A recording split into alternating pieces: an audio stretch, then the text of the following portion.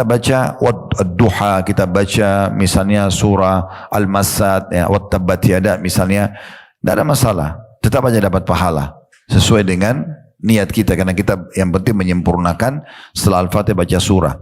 Tetapi kalau kita pilih surah ini Wattini Wazzaitun di sholat isya kita lagi safar, maka dia dapat ekstra pahala. Selain ekstra pahalanya adalah karena baca surah setelah Al-Fatihah, yang kedua adalah dia mendapatkan karena ingin lebih detail mengikuti contoh dari Nabi.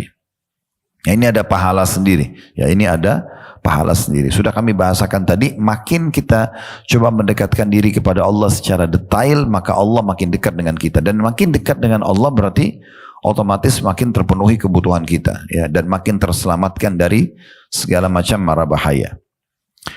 Kemudian pelajaran yang ketiga yang bisa diambil adalah kedudukan Wattini Wazzaitun, surah ini, karena dipilih khusus oleh Nabi SAW untuk dibaca. Tentu nanti kita akan coba lihat setelah ini, kita tadabburi surah Al-Insyiqaq dengan surah At-Tin, ya, supaya lebih mendalam kita fahami maknanya gitu ya. Kita lanjutkan dulu, baru nanti kita akan tadabburi surah-surah itu.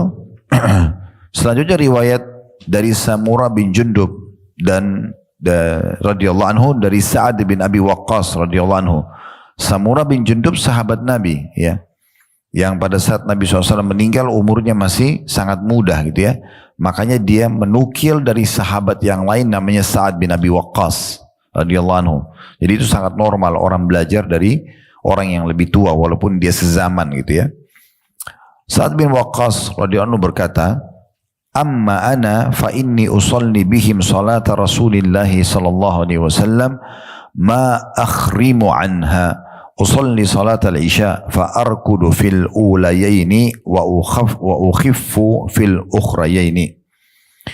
Kata Sa'ad radhiyallahu anhu, aku sendiri mengerjakan salat isya bersama para sahabat sebagaimana salatnya Rasulullah sallallahu alaihi wasallam tanpa aku kurangi sedikit pun. Aku mengerjakan salat isya, lantas aku memanjangkan bacaan pada 2 rakaat pertama dan memendekkannya pada 2 rakaat terakhir. Diriwayatkan oleh Bukhari dan juga Muslim. Riwayat ini kita ambil pelajarannya dulu. Yang pertama tentunya kedudukan Samurah bin Jundub radhiyallahu anhu, di mana beliau adalah sahabat yang masih muda dan beliaulah yang belajar dari sahabat yang lebih tua. Ini sebuah pelajaran sendiri.